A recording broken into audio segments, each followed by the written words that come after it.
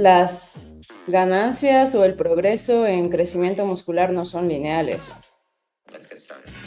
Bienvenido a otro episodio de Hypertrophy, un podcast que gira en torno al entrenamiento de fuerza convencional, la nutrición en la estética corporal y otros hábitos importantes como el sueño, el descanso y la gestión del estrés.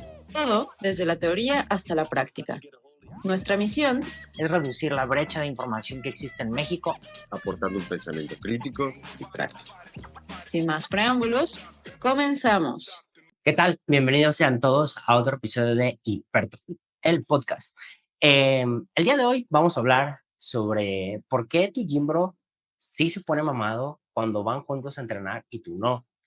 Así que antes de meternos a la parte interesante de todo este tema, como siempre, voy a recordarles que somos una plataforma de software de entrenamiento para que puedas mejorar o más bien facilitar la gestión de tus clientes, que tengas más capacidad de clientes o más capacidad de tener vida. Tú decides qué es lo que prefieres tener. Y también tenemos rutinas para quien busca, desde rutinas un poco más genéricas hasta rutinas especializadas, que están en constante crecimiento mes con mes. Y sin más preámbulo, Lau, Sergio, Dani, ¿cómo están? ¿Qué tal les trata la vida? Muy bien, muy bien. Justo estábamos platicando ahorita antes de empezar a grabar.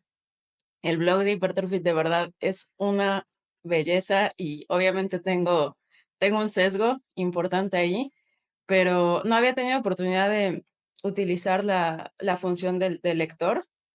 Entonces venía caminando y venía escuchando uno de los últimos artículos que subieron y la verdad está muy, muy padre. O sea, no hay pretexto para no actualizarse cuando tienes a dos cracks como Juan y como Dani haciéndote todo el trabajo de talacha de buscar el estudio, la interpretación, y sobre todo con esa mirada que creo que ambos tienen como bastante, o sea, sin casarse con nada, plantear lo que está. Y bueno, eso, ya se siente muy bonito, la verdad, empezar el día sabiendo que aprendiste algo nuevo tan pronto. Sí, de verdad, desde que iniciaron el blog, para mí fue como ese recurso, ¿no? Esa dosis de conocimiento que, ¿sabes? No te toma mucho tiempo, en verdad, el cómo lo estructuran, ¿no? La interpretación y eso, o sea, que te mantiene con esa chispa de que, mira, eso no lo sabía, ¿no? Qué interesante estudio, que al final va sumando en tu día a día. Entonces, igual, ese blog es una maravilla. Si aún no se han dado la oportunidad de entrar, aprovechen ahora que aún es gratis, no sabemos cuánto tiempo más será gratis, así que yo con ustedes no me lo pierdo. Y muy bien, chicos, muy bien, hoy igual, como cada jueves, listo para cerrar la semana con el último día de entrenamiento y feliz de poder estar aquí con ustedes para por fin entender por qué mi gym bro se está poniendo más mamado que yo. Sí, creo que el asunto del blog, y gracias que lo comentan. A mí personalmente me ayuda a estudiar, a mantenerme así como que a la par, porque ya estoy automatizado si veo que alguien comparte algún artículo, lo guardo. Ya lo leo, ya lo veo, pero voy guardando, guardando, guardando, porque alguno funcionará por acá. Y pues nada, bien, bien, a darle al episodio de hoy, pues a entrenar y a seguir con este rollo del bodybuilding. Muy bien. Por último anuncio. El día de hoy, nosotros estamos grabando jueves 22 de mayo, probablemente hoy, bueno, se publica el 23 de mayo, pero se estrena la rutina de tu primera rep. Y Lau, te dejo presentarla porque tú eres la creadora de esta rutina, así que venga, échale.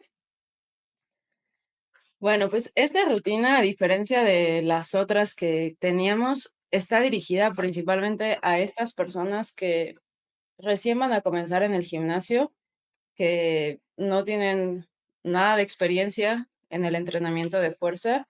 Y la verdad es que fue un reto hacerla. O sea, pensarías, pues para principiantes, cualquier cosa pega, pero no, justo porque lo que traté de hacer fue como si yo fuera a hacer un programa para un cliente mío que sé que nunca ha ido al gimnasio. O sea, de qué manera podemos dejar lo más claro posible las especificaciones, qué es lo más importante en esta primera etapa.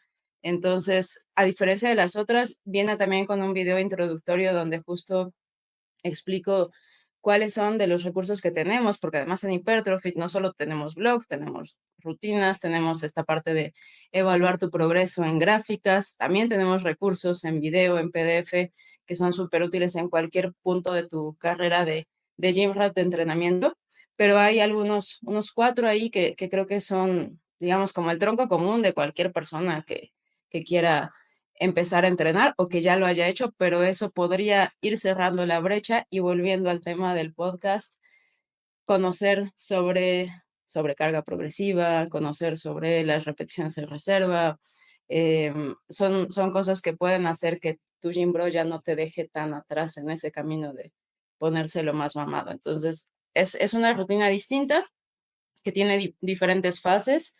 Entonces van a encontrar sorpresas en distintos momentos a lo largo. No es una rutina lineal donde de la semana 1 a la 12 se haga exactamente lo mismo, porque sabemos que cuando una persona inicia es cuando podemos esperar mejoras más prontas que en otros momentos más adelante.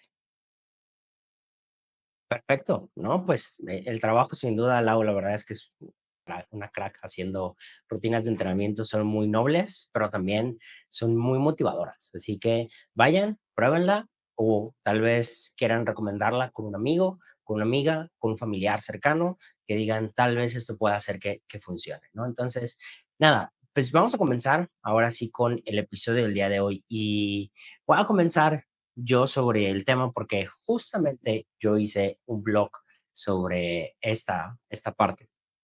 El blog por ahí se titula, para quien quiere verlo, ¿por qué entrenar con ciencia no te asegura nada, pero no utilizarla es peor? Y esto es porque hablamos de la variabilidad de la respuesta al entrenamiento, ¿no?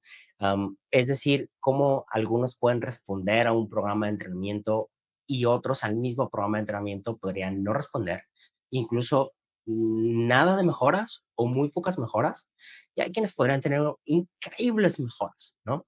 Entonces, antes que decir sobre respondedores y no respondedores, es donde me gustaría empezar a hacer hincapié, no solamente en la parte de estar mamado, ¿no? Es qué es lo que estamos, en dónde estamos buscando que respondas.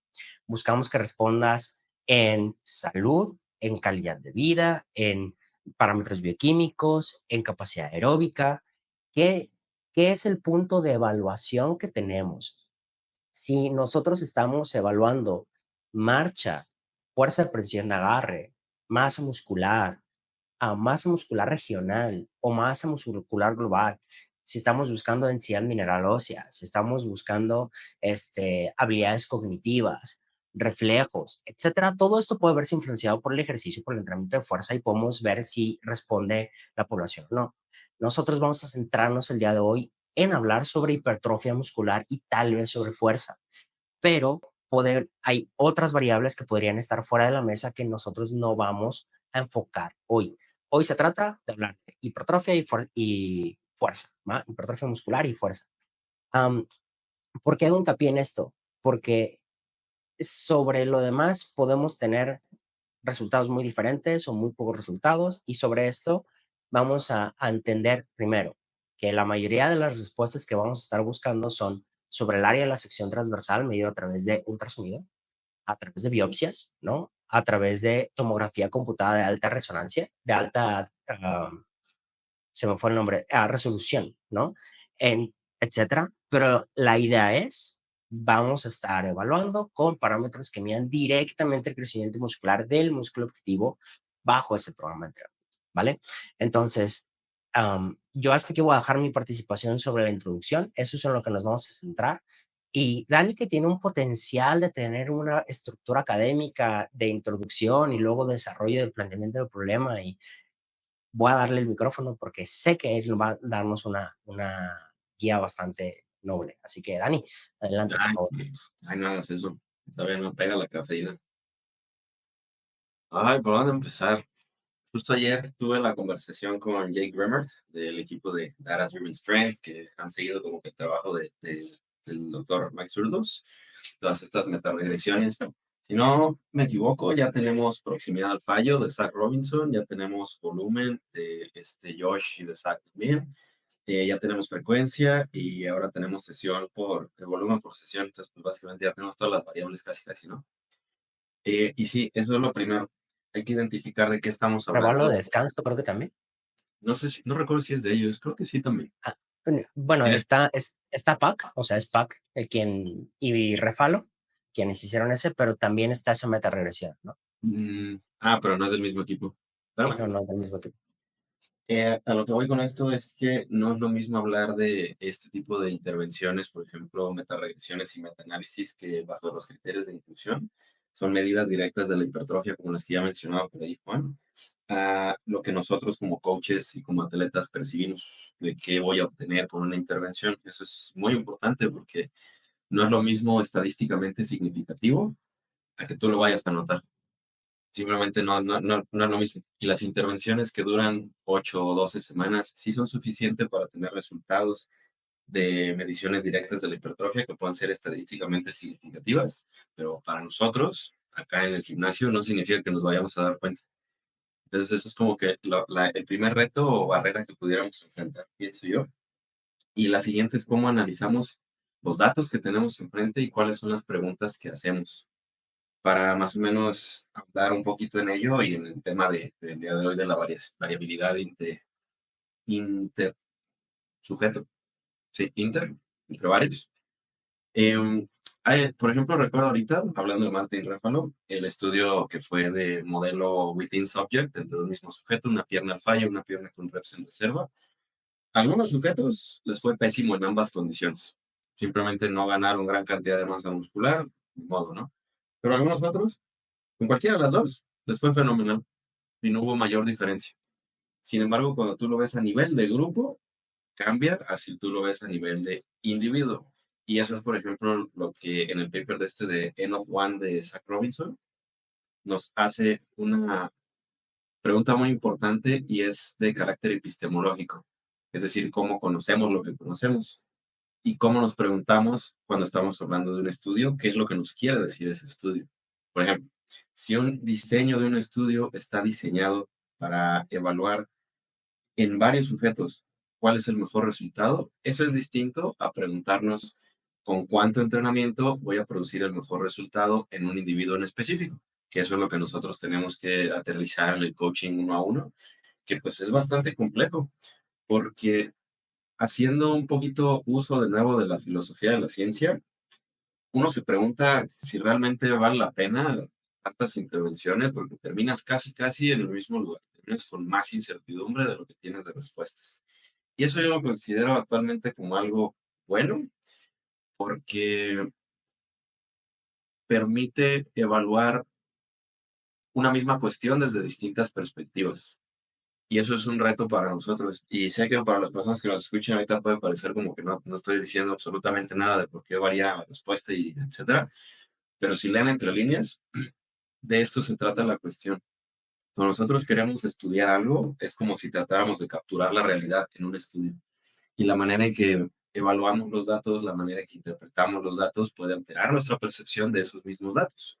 Por ejemplo, en la metaregresión de Jake de volumen por sesión, esa tú la puedes interpretar de distintas formas y algunas son totalmente contrarias. Por ejemplo, si se acuerdan, el resultado principal es que alrededor de 11 series fraccionales por sesión da como resultado la mayor probabilidad de tener las mejores ganancias en materia de hipertrofia y 2 series directas para la fuerza. Entonces tú lo puedes evaluar, lo puedes interpretar como que, ok, entonces no tiene caso que haga más de 11 porque pues, ya ahí está como que el tope y puede que exista algo más, pero no vale la pena y ni me voy a dar cuenta. Es una interpretación. Y de ese mismo estudio y de esos mismos hallazgos, tú puedes decir, ok, entonces existe una pequeña posibilidad de obtener más ganancias por más de 11 series, lo tomo.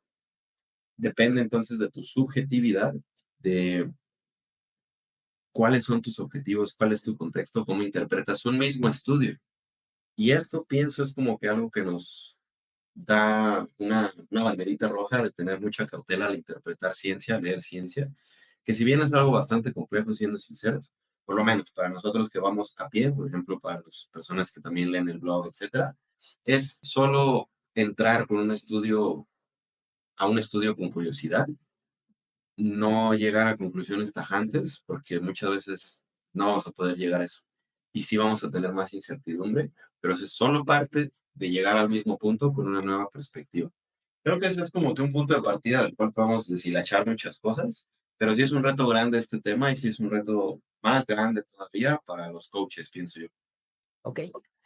Y creo que sí es una muy buena forma de iniciar. Yo voy a dedicarme ahorita a compartir pantalla porque voy a presentarles justo lo que estaba diciendo.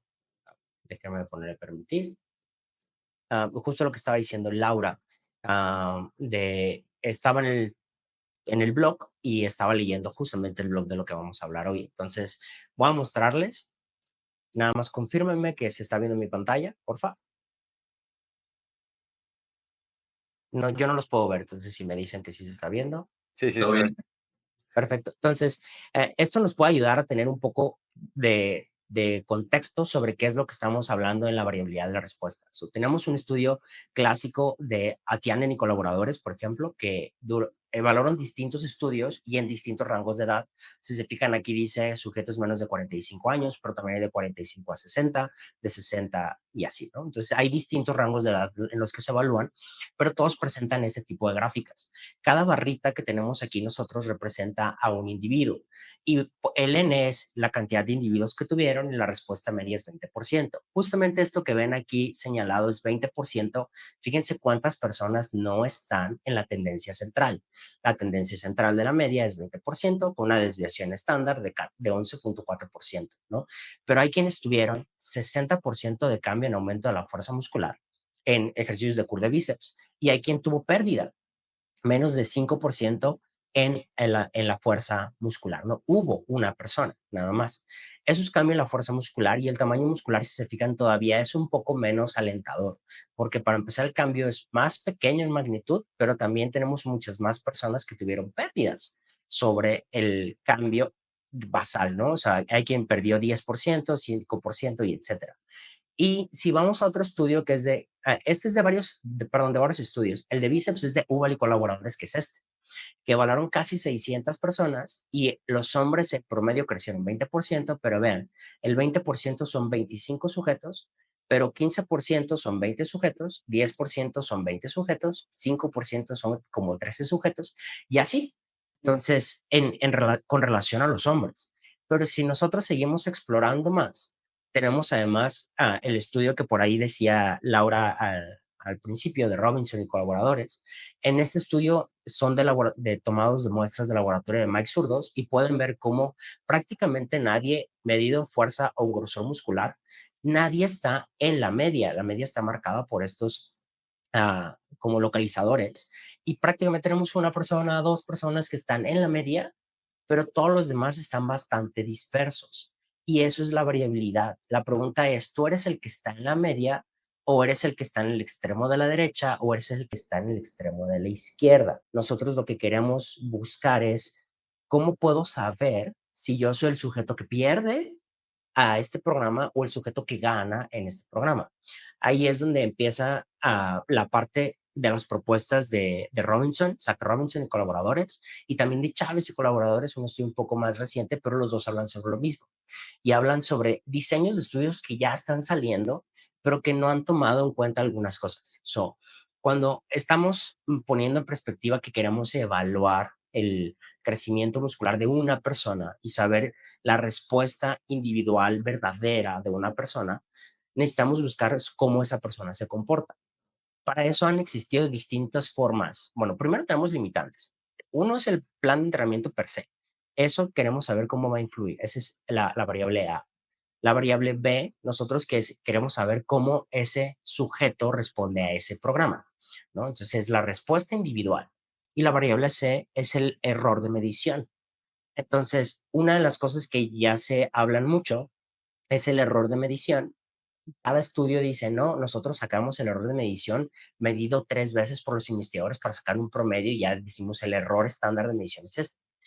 Pero ese es el error estándar general, no de una persona, ¿no? Entonces es el error estándar de global de la población de estudio frente al error estándar de una persona. Pero además tenemos la variabilidad de cada persona. Y entonces, dentro de cada persona puede haber una variabilidad diferente por su genética, por su nutrición, por su alimentación, etcétera, ¿no? El momento en el que se hace el estudio. Y si nosotros ponemos en perspectiva eso, es diferente utilizar dos diseños, uno que es cruzado u otro que es intrasujeto. El cruzado, un diseño de estudio cruzado sería poner al sujeto en un programa durante 8 semanas, luego hacer un periodo de lavado de 2, 3 semanas y luego hacer otra vez el estudio y ver cómo respondió ese sujeto en un ejercicio para el aumento de masa muscular de X tiempo y luego en el otro tiempo. El problema es que no podemos estar seguros que el periodo de lavado eliminó todo el efecto y que además el nivel de estrés, el nivel de descanso, el nivel de alimentación son idénticos durante ese periodo. Para poder juntar eso, se tiene que hacer algo que sea intrasujeto, ya no es cruzado, no es el mismo sujeto haciendo 2 veces eso, sino que es cruzar. Más bien es que el mismo sujeto haga el mismo ejercicio con la mano izquierda y luego sea el control con la mano derecha. Entonces se somete al programa con la mano izquierda y con la mano derecha no se somete al estudio. Y eso te dice, ¿sabes que este sujeto con la mano izquierda mejoró 10%, pero la variabilidad individual, solo por ser control su brazo derecho, creció 5? Eso quiere decir que tal vez 5% es lo que esperamos que mejore, porque 5% está dentro del margen de variabilidad del sujeto. Ahora, la realidad es que como no se sometió al programa, no podemos saber que esa es una variabilidad del programa. Entonces el sujeto tendría que volverse a exponer al programa para saber cuál es la variabilidad de la respuesta al programa. Es decir, ya tengo el primer programa y luego tengo que volver a hacer ese programa en otro momento para ver cómo en otro momento impacta. Tal vez ya no creció 10%, tal vez ahora creció 12% u 8%. Entonces la variabilidad del programa es 2%, ¿no? Entonces tenemos que el mismo sujeto puede responder diferente al mismo programa en momentos diferentes, ¿no? Que además puede, la variabilidad solo de estar presente en un estudio, o solo de vivir, puede hacer una diferencia, ¿no? Y luego, pues, el error de medición debería hacerse en cada sujeto. Eso complica logísticamente muchísimo el hacer un estudio para que podamos ver la respuesta individual verdadera, ¿no? Lo complica muchísimo porque necesitas más población, necesitas más gente que pueda analizar esos estudios, necesitas pues más tiempo, ¿no? O sea, porque tiene que ir más tiempo esa disponibilidad, entre otras cosas. Creo que eso da una perspectiva genérica o general de qué es lo que se podría hacer en investigación o las propuestas, y a partir de aquí podemos discutir el por qué es tan complicado esto y por qué no deberíamos casarnos con el promedio que nos dice que vamos a tener de mejora, ¿no? Solo podemos inferir que, por ejemplo, más es mejor, pero no puedo saber la magnitud de cuánto es mejor. Y en eso es lo que debo decir. ¿Funciona? Sí, pero no sé cuánto, ¿no? Si haces más, te va a ir mejor, sí, pero no sé cuánto mejor y no sé en cuánto tiempo. Y con eso creo que esa es mi participación, por si quieren comentar algo sobre ello. Dos cosas ahorita que me vienen a la mente. Una que creo que también es importante es las ganancias o el progreso en crecimiento muscular no son lineales, ¿no? Entonces, por ejemplo, lo que mencionabas, ¿no? O sea, en un diseño intrasujeto pues hacen la intervención, tienen el sujeto entonces es su propio control porque la otra pierna, por decir, o sea, en la extensión de cuádriceps no hace esa intervención, pero después para saber cuánto es la variación tendríamos que repetir el estudio, pero la persona ya tiene como unas ganancias previas porque ya hizo esa intervención antes y sabemos que conforme vas ganando experiencia y estado de entrenamiento, pues las ganancias que podemos esperar son cada vez menores, ¿no? Apenas hice un post acerca del artículo de Scarpelli, el famoso del 20%, incrementa tu volumen el 20% para como más ganancias, que también fue un estudio así, el diseño intrasujeto. Y ahí decían en la introducción que el promedio eh, de cambio en el área de sección transversal en sujetos entrenados es del 4%, o sea, es menos de lo que esperarías en personas principiantes, ¿no? Entonces, eso también, el estado de entrenamiento obviamente va influyendo y si cada vez se va haciendo más chiquito el tamaño del efecto, pues quizá es más difícil saber si es, o sea, si verdaderamente, o sea, si está como dentro de esa escala del error, por ejemplo, de medición o si realmente es un progreso en crecimiento muscular, ¿no? O sea, eso por un lado.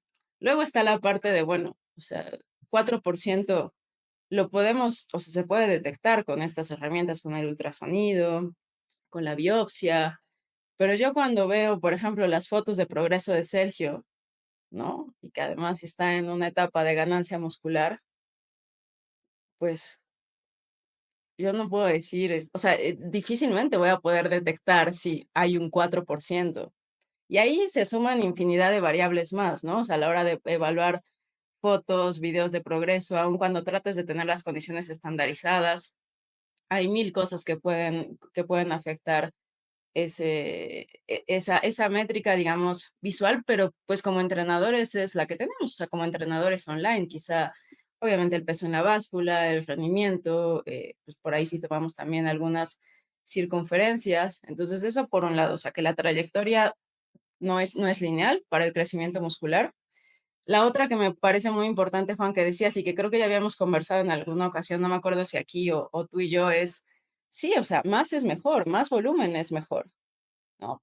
O sea, las variables que sabemos que más peso tienen en el crecimiento muscular, el volumen de entrenamiento semanal o por sesión en este caso, ¿no? Con la última meta de regresión de Remer que Dani recién entrevistó, la cercanía al fallo, ¿no? O sea, todas esas cosas incrementan tu posibilidad, o sea, en la medida en la que tú incrementes esas variables, incrementan tu posibilidad de tener mejores resultados, ¿no? O sea, eso es, digamos, podremos decir, es global.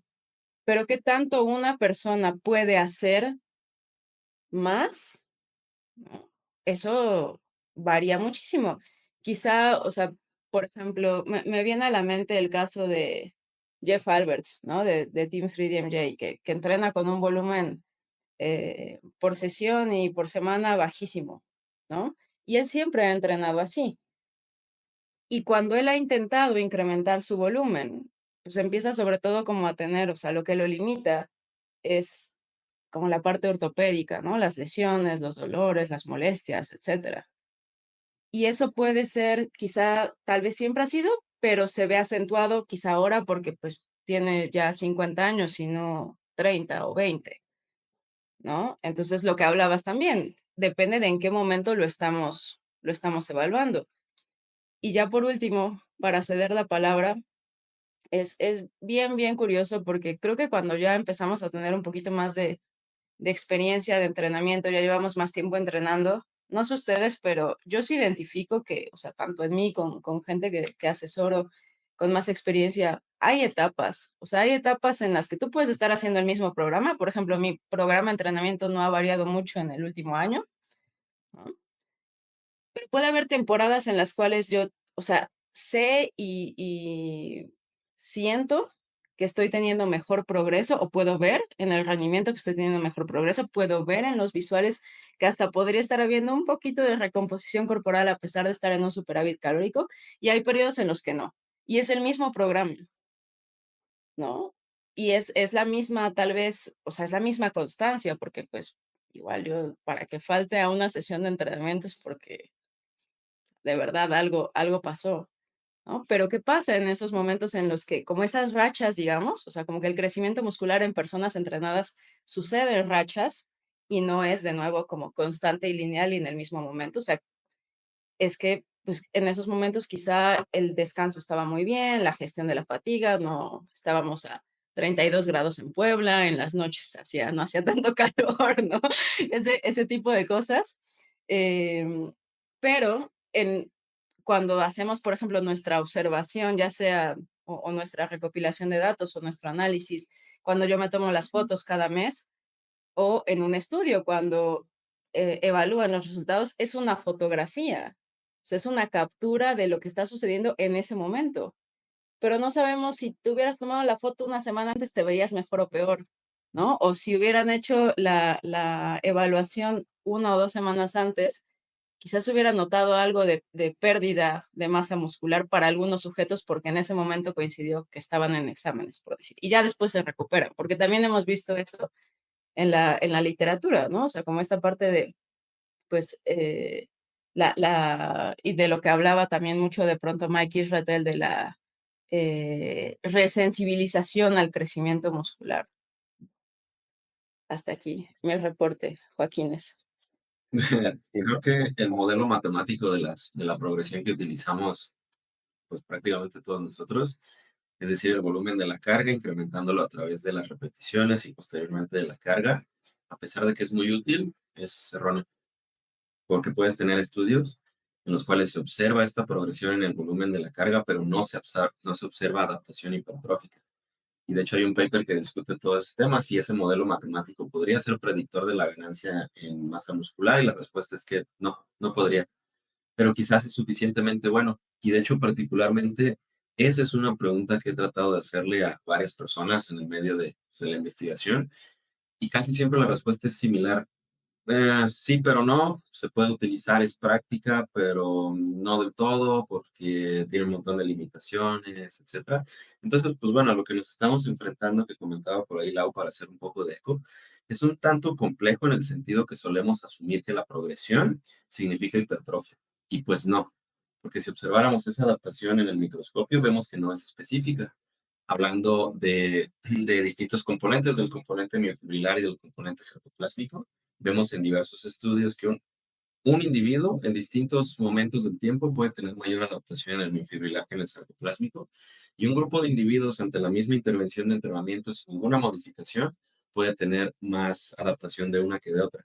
Y no solo eso, sino que incluso en un modelo intrasujeto una pierna puede tener más de uno que de otro. Tienes una variabilidad brutal y tienes una dificultad para predecir efectivamente qué es lo que vas a obtener tú a partir de tu intervención, que sí se vuelve una cacería de brujas, por decirlo así.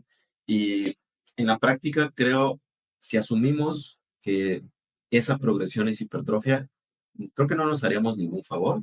Para mí, el cambio de chip y de mentalidad sería algo así como, oh, ok, esto no me asegura, pero por lo menos me dice que existe una muy buena probabilidad de que voy en el camino correcto. Porque también cuando tengo sesiones en las cuales el volumen de la carga ha decrementado, que puede verse relacionado con la calidad del sueño, comentabas por ahí, Lau, el nivel de estrés que tenemos encima, las ocupaciones laborales que no tienen nada que ver con el entrenamiento, porque de repente nos empiezan a absorber más recursos, puede ser que eso explique una disminución en el rendimiento agudo. Porque si habláramos ahora de la fuerza, pues la fuerza tiene un componente neural, tiene un componente de habilidad, y eso puede variar y es perfectamente normal día a día. Entonces se vuelve sí bastante complejo, pero aterrizándolo un poquito ante esta gran variabilidad que existe, ante la casi imposibilidad de saber qué es lo que voy a obtener. Algo que quiero tomar del paper de N of One es que aquí nos enlistan um, algunos predictores de la respuesta a una intervención de entrenamiento, que pueden ser antropométricos, de rendimiento, fisiológicos, dietéticos y cualitativos. Un ejemplo de cada uno podría ser antropométricos, la composición corporal. Del rendimiento podría ser las repeticiones hasta el fallo. De lo fisiológico, el lactato, aunque pues bueno, buena suerte midiendo eso en el contexto de un gimnasio de un coach típico, no de un laboratorio. Dietéticos, el más obvio, el balance energético, y cualitativos, uno que me parece muy interesante que incluya cuestionarios psicológicos. Entonces, bueno, no podemos cabalmente decir vas a obtener tanta hipertrofia porque ni siquiera estamos midiendo la hipertrofia. Si acaso realmente lo que estamos midiendo es el volumen de la carga, que la composición corporal con medidores indirectos del indirecto, del indirecto, del indirecto, y aparte el cómo luces. Ok, entonces pues sí estamos un poquito perdidos, pero eso sí, dando un poquito de luz al final del túnel, es lo mejor que tenemos. Simplemente es lo que es. Si bien no es totalmente correcto todo esto que utilizamos, creo que al menos, depende cómo lo vean ustedes desde su perspectiva filosófica, para mí es liberador, en el sentido de que, ok, si llego a tener, entre comillas, malas sesiones, ya no pierdo la cabeza como lo hubiera hecho antes, ni tampoco pienso que se debe a un solo factor, ni tampoco me caso con la noción, la idea, la esperanza de que si mi rendimiento antes fue mejor, ahorita tiene que ser mejor, porque si no, eso significa que estoy perdiendo músculo, que estoy perdiendo fuerza, y todos mis esfuerzos se están yendo al caño y voy en el lado contrario. Simplemente no lo sé. Y el decir no lo sé ante la incertidumbre, creo que eso, paradójicamente, es lo que nos brinda la ciencia. Nos brinda incertidumbre, pero desde una perspectiva ponderada, no simplemente de la indiferencia. No sé si me explico con eso, pero particularmente así es como lo veo. Antes de darte la palabra, Sergio, voy a ser muy rápido. Justo lo que dice Dani es, nunca puedes estar seguro, pero mientras más palomitas tengas, hay menos probabilidades de error. Así es como me gustaría como hacer caer el mensaje de las propuestas. Si mejora antropometría, si mejora rendimiento, si mejora el POMS, que puede ser un cuestionario psicológico, puede ser otra cosa, otro tipo de cuestionario, si mejora, probablemente vas en la dirección adecuada, o sea, hay menos probabilidades de error, pero bajo ningún motivo te asegura que es verdad. Ahora sí, Sergio. Sí, me gusta muchísimo escuchar y es eso, ¿no? El cómo se enriquece esta perspectiva a partir de la evidencia científica, de la experiencia como entrenadores, de, oye, eso es lo que nos está aportando la evidencia y esto, como lo decía Lau, así es como yo llevo mi servicio de coaching online y tengo estas limitantes. Entonces, ver de qué manera vas a aprovechar ese conocimiento, ¿no? Cómo lo vas a llevar a cabo a la práctica y me gustó muchísimo.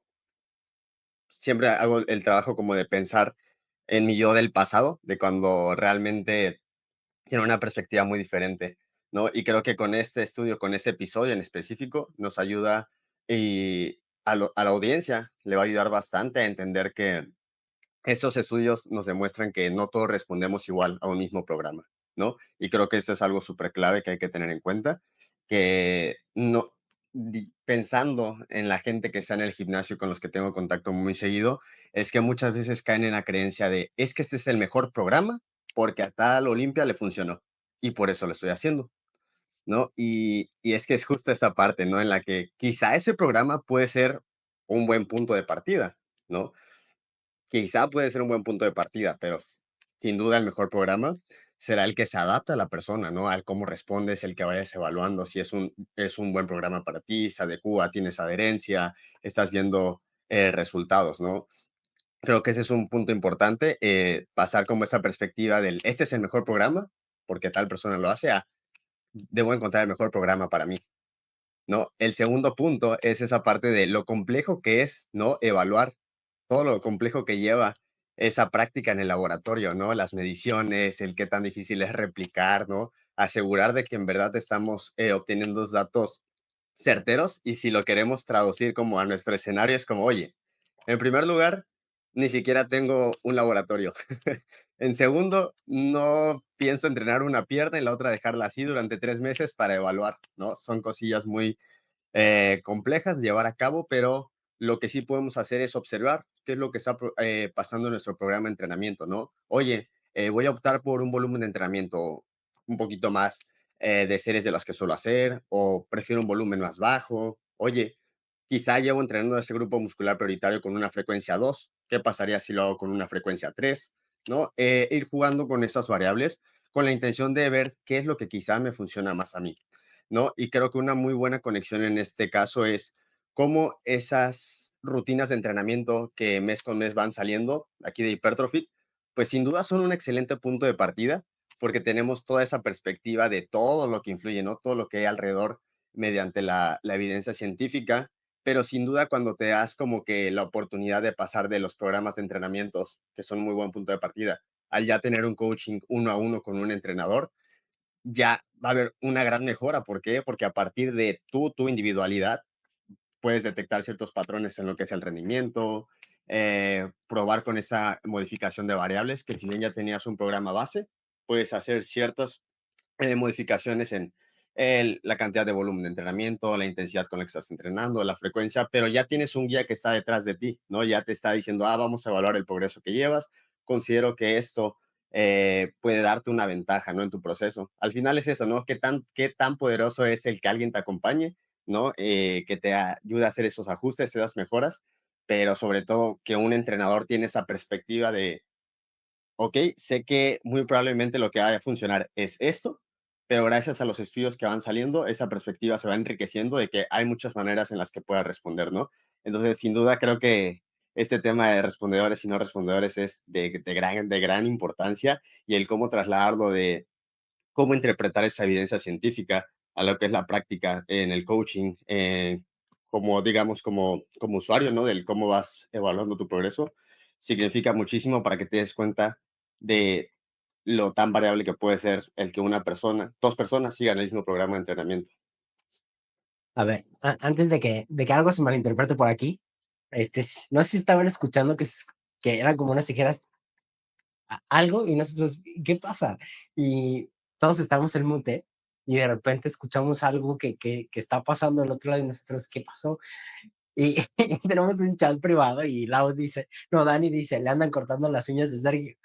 Y de repente Sergio saca la pluma y yo, deja de jugar con la pluma porque se escucha la pluma ahí que le está haciendo ta, ta, ta. Y yo, y la dejó por coincidencia porque no había leído los mensajes del chat. Sí, no, pero sí me está Pero, cortando las uñas. pero Tiene ahí bueno, su líquido, lo que es. Sergio. Fíjate que antes de que me pase, quisiera hacer eco un poquito de lo que dijiste, Sergio, que desde mi perspectiva, atendiendo a lo que tú comentas, se me hace que es una interpretación idealista de quizás la realidad que es a veces incomprensible. Me explico un poquito más. Me refiero a que sí, en teoría, lo que quisiéramos es que el acompañamiento con un coach disminuya la incertidumbre, pero simplemente no lo sabemos. Porque puede ser que sí, puede ser que no. Y ahí también estamos asumiendo que esta persona que te está llevando en el seguimiento conoce las limitaciones, conoce de filosofía de la ciencia, de cómo podemos conocer lo que podemos conocer, de qué manera y cómo podemos estructurar todo ese conocimiento. Eso estaría increíble, ¿no? Pero ese es un proceso tan difícil que creo yo es un trabajo en sí mismo. Y a veces la labor del coach es simplemente para ti como persona tener a otra persona que te acompañe y listo, independientemente de si conoce todas estas limitaciones, etcétera, porque ni nosotros mismos las conocemos. Puede ser que ahorita en este episodio yo esté mencionando cosas, ignorando 90% del conocimiento más importante porque lo desconozco y porque no sé lo que no sé, ¿me explico? Y eso es para cualquier ser humano. Entonces creo que es de entrada sí abrir espacio a esa incertidumbre. Y creo que una analogía interesante para hacerles el micrófono es, por ejemplo, la comparación entre un metaanálisis y una metaregresión, en donde un metaanálisis analiza una variable en resultado de forma categórica, es decir, en categorías, sí o no, blanco y negro. Y está bien con el valor P, que ya ven que luego hay una crisis con el valor P y todo este tipo de cosas, pero una metaregresión evalúa a través de un análisis bayesiano un resultado de forma continua. Por ejemplo, ¿qué pasa cuando yo paso de los iones de calcio de 1, 2, 3, 4, 5, 6, 15, 20 series? Es distinto. Y entonces tú puedes tener una conclusión distinta de un mismo análisis, de los mismos estudios, que puede cambiar tu interpretación de la realidad radicalmente, de los mismos datos. ¿Me explico? Y eso es lo que apenas yo estoy como que terminando de procesar y de interiorizar, porque es algo que si lo empezamos a justo eso, a interiorizar, tiene la capacidad de cuestionar toda tu realidad, todo lo que asumimos que es, que no es, lo que yo soy, lo que no soy, tiene ese potencial por la manera en cómo pues, nos hemos sido educados y cómo a veces no nos cuestionamos eso mismo. Entonces, nada más lo que comentaste, estoy totalmente de acuerdo, Sergio, pero creo que para mí es todavía más incertidumbre de esa y me encantaría encontrar a alguien que pudiera acompañarme en un proceso y que me diga estoy listo y tener la certeza, pero sé que eso es prácticamente imposible. pero ¿sabes qué? También creo que una de las cosas que sí podemos dejar claro es, no nada más es que te acompañe y ya, sino que te enseñe a aceptar que hay incertidumbre, porque una preocupación es no conseguir lo que estoy buscando conseguir. Y no puedo decirte que yo te voy a hacer que lo consigas, pero puedo reducir tu incertidumbre sobre las cosas que haces para acercarte a ello. Y eso también es parte del trabajo. Por ejemplo, ahorita acabo de despedirme con una paciente que llegó conmigo porque tuvo trastornos de la conducta alimentaria después de una competencia, porque vivía con dolor. Le habían hecho diagnóstico de escoliosis, nada más, y le dijeron que no iba a volver a entrenar fuerza. Este, Han vivido con dolor durante dolor crónico, años, y no se desafiaba por eso. Y hoy, después de, creo que tengo 3 años trabajando con ella, de forma intermitente, conmigo creo que ha estado como un año y medio, así como más fluida, pero mm, hoy fue la primera consulta que la preocupación, o más bien la plática inicial de cómo te fue, cómo te sientes, decisiones, etcétera, duró como 2 o 3 minutos. Y le dije, no sé qué más preguntarte, dime qué me quieres decir porque estás del otro lado. Tomaste decisiones sola, me desaparecí porque yo tuve mi propia crisis, entonces no estuve contestando tan fluido y ella, a pesar de eso, que tuvo una molestia diferente a la que había sentido, tomó decisiones, entrenó, escogió diferentes ejercicios, se expuso, no se detuvo, se ha llevado mucho mejor como proceso y hoy llegó y me dice, lo disfruto y me parece bien. Para mí eso es el mejor progreso de todo el tiempo que ha tenido desde, aparte de la masa muscular y eso que puede ser un plus, el poderte el poder decidir qué vas a entrenar, el poder hacer cambios en tu entrenamiento, el poder no tener miedo al dolor, el poder entrenar a pesar de eso y saber que no necesariamente es algo grave, decidir cuándo detenerte durante casi todo un mes, a pesar de que no fuiste tan acompañada como otros momentos, para mí tiene todo el valor del mundo. Y ese tipo de aceptar esa incertidumbre es algo que aprendió mientras me permitió acompañarle en el proceso. Para mí eso no tiene precio y vale muchísimo, muchísimo, muchísimo más que hubiera podido disminuir 20 milímetros de suma de pliegues. Quiero Sí, hacer ahí eco, perdón, Sergio, nada más. Lo que comentó acá Lau, creo que es importantísimo que podamos tener gran progreso a pesar del coach. Estoy totalmente de acuerdo con eso. Y es increíble, por ejemplo, en redes sociales, cómo se puede distorsionar a tal grado de la realidad. Que, por ejemplo, un coach puede subir fotos de X persona, asumiendo que los resultados que obtuvo esta persona fueron por una intervención que viene sucediendo hace 2, 3 meses. Cuando quizás apenas se está manifestando lo que esta persona viene haciendo hace 2, 3 años. Y eso puede permear el cómo percibimos esta persona al coach, cómo percibimos a lo que dice este coach y como que empezar a ponerle una, ¿cómo se llaman? Halo, los que tienen los santos, ¿cómo se llaman? ¿Aureola o Ahora, exactamente. Como que, ok, entonces esta persona tiene las respuestas que yo estoy buscando, déjame le escribo. Y eso es la famosísima falacia de autoridad, ¿no? Pero creo que eso es a lo que me refiero con esta imposibilidad de conocer efectivamente la realidad de cualquier cosa, porque esta solo la podemos conocer, si acaso existe, a través de la subjetividad. Y eso no aplica exclusivamente para el fitness, ¿no? No aplica exclusivamente para el coaching, pienso que aplica para nuestra condición como seres humanos. Y sinceramente, a mí eso, a la fecha, es lo que más me vuela la cabeza, a diferencia de saber si necesito hacer 11 12 o las series que sean. Eso ya actualmente, perdón que lo diga así, me da igual.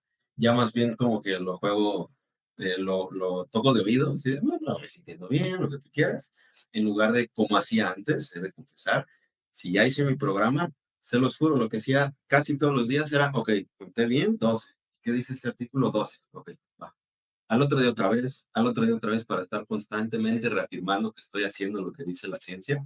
Después, bueno, por ese lado, a mí personalmente creo que siento que he hecho algo de progreso, paradójicamente importándome menos en algunas variables. Pero bueno, solo creo que eso sí, no quería que se quedara acá en los comentarios, porque creo que es algo que si lo entendemos, es sumamente poderoso.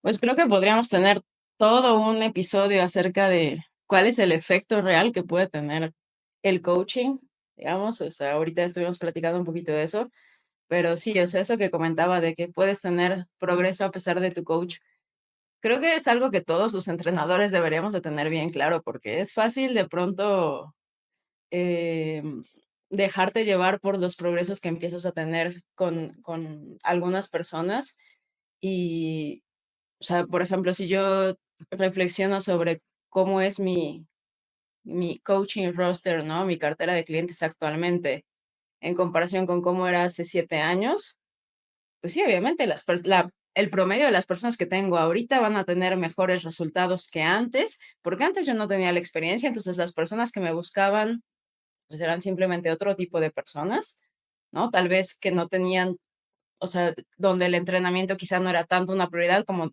el promedio de las personas que tengo ahorita. Entonces, los sujetos, digamos, de estudio que tengo ahorita podrían ser quizá como que vamos atrayendo conforme vamos teniendo más experiencia y también obviamente vamos teniendo buenos resultados o decentes resultados con las personas con las que trabajamos, empezamos a atraer mejores respondedores, ¿no? Hasta cierto punto.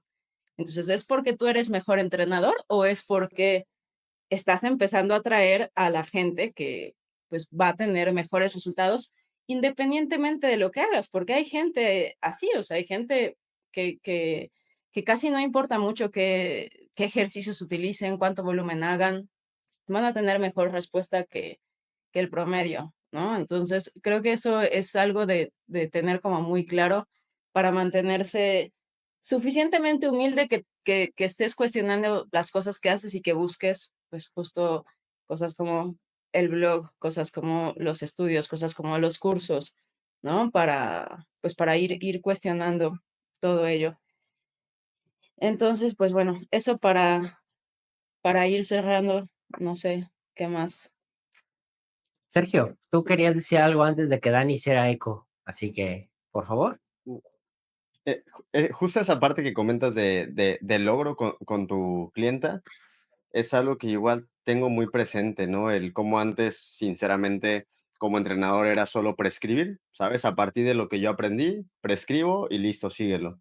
Y hoy en día he aprendido muchísimo de ustedes tres y como Juan, esa perspectiva que tienes, ¿no? De que, hey, date a la oportunidad de escuchar a la persona en verdad, o sea, de entender su escenario, qué es lo que busca, de dónde parte, y que a partir de eso empiezan a cambiar muchas cosas, porque yo me acuerdo antes, cuando prescribías, pues, hacías los programas de entrenamiento y listo, se acabó. Que la mayoría de ellos no fueran de éxito, muy probablemente sí, ¿no? ¿Por qué? Porque quizá la persona no generaba esa adherencia, no lo disfrutaba, ¿no? Pero como yo solo me encargaba de prescribir, pues no estaba en mis manos. Ahora que tienes una caja de herramientas aún más grande, que tienes la perspectiva de cómo lo trabajan otros entrenadores, de qué consideraciones tienen, ¿no? Que en verdad te das a la tarea de estarte actualizando, tienes aún más material, más herramientas para poder ayudar a las personas que llegan contigo y que al final toda esa experiencia yo considero que vale muchísimo la pena tanto el estudio como el llevarlo en carne propia, ¿no? Llevar tu proceso, el saber lo que es tener un día ocupado, el saber que de repente necesitas opciones más prácticas, el saber de que en ocasiones entrenamientos más cortos. Creo que todo esto aporta a la persona para poder en verdad entender su contexto y al final brindar un mejor punto de partida que con el acompañamiento, con el coaching se van haciendo ajustes y eso, o sea, para mí es un logro así tremendo que en tan solo un mes de repente con muchas clientas es como, oye, yo llevaba haciendo peso muerto con las barritas de peso integrado casi un año, 2 años y en un mes hemos logrado llegar a cargas más altas y noto cambios y es como, hey, solo es un mes, pero es a partir de que estamos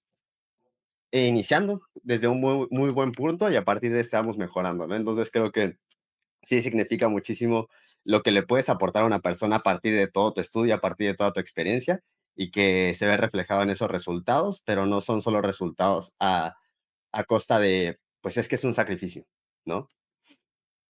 Yo quiero cerrar compartiéndoles algo que acabo de aprender hace como unos 5 días, y es que el coaching tiene generaciones. El coaching tiene 4 generaciones de evolución en su forma de trabajo. La primera generación de coaching se centraba en rendimiento en parámetros específicos. Entonces llegaba alguien con el coach y quiero mejorar mi capacidad de salto, quiero mejorar mi velocidad. Y el coach se centraba en mejorar el rendimiento en eso, pero no en evaluar a la persona, en qué le importa, en nada. No. Era rendimiento. La segunda generación de coaches, bueno, la primera salió en los 90, la segunda en los 2000 y la segunda trata de hacer el rendimiento un poco más general, ¿no? Entonces son pruebas, es formar coaches profesionales que se enfoquen en mejorar el rendimiento. Esa era una segunda generación de coaching. Y la tercera generación de coaching, que es donde más o menos la mayoría nos encontramos, habla sobre cómo hacer más holístico esto. Ya empieza a ver la identidad de la persona. Ya no se trata del coach dando las órdenes, se trata del individuo generando, no, más bien del individuo evaluando la toma de decisiones, por qué toma las decisiones y entonces que las decisiones importen en su persona actual. Pero el coaching de cuarta generación viene a transformar, porque es una propuesta bastante reciente, viene a transformar la idea y decir, no se trata de por qué hago las cosas y cómo empatan mi persona hoy, es que quiero construir y se trata de las decisiones que tomo hoy para construir a mi yo del mañana. ¿no? Entonces se centra en el presente, sobre las herramientas del presente para construir algo en el futuro. Entonces es una idea de el coaching de cuarta generación cogenerativo, ¿no? La idea es generar algo, no nada más es, ¿por qué importa? ¿No? Y ya no es nada más eso, es el, ¿y a dónde quieres ir? ¿No? No es solo qué quieres lograr, es a dónde quieres ir, cómo quieres construir esta nueva identidad, por así decirlo. Y me parece muy relevante porque es básicamente lo que estamos hablando en el qué papel tiene un coach, ¿no? Y nosotros qué papel tenemos como coaches. Y Lau me dice por ahí es mi sello, no es mi sello, pero me gusta mucho. La frase es, no se trata de nosotros, se trata de ellos. Nosotros los acompañamos a que ellos puedan decidir qué quieren hacer y qué quieren construir. Y que nunca se nos olvide eso. Podemos saber muchísimo de ciencia y de bases y de qué tipo de hipertrofia sarcoplasmática, sarcomérica y dónde está el glucógeno y la tensión mecánica y vamos a verlo. ¿Eso importa? No, porque importa lo que está dispuesto a hacer la persona, la claridad que tiene la persona, la disposición que tiene la persona, y finalmente la dirección que tiene la persona. No depende, se los prometo, de dónde está el glucógeno. Eso no va a cambiar nada. Así que yo quisiera cerrar con eso y quizá algún día hablamos sobre la evolución del coaching y porque es un tema muy, muy interesante, muy interesante. Si no hay más comentarios, si nadie más levanta la mano, cierro el episodio. Hecho. Muy bien, chicos. Muchísimas gracias por acompañarnos en otro episodio de Hypertrophy, el podcast. Les recordamos, somos una plataforma de software para entrenadores y también somos una plataforma donde puedes buscar tus rutinas con un objetivo específico, pero al final relativamente genéricas. Esperamos que hayan disfrutado el episodio. No se les olviden que pueden apoyarnos para que este proyecto siga creciendo, para que podamos seguir teniendo recurrentemente episodios. Solo falta que interactúen con el episodio, que le den like, que comenten, que lo compartan, que haya más visualizaciones. Ayúdenos a llegar a más personas. Esto es Hypertrophy. Hasta luego.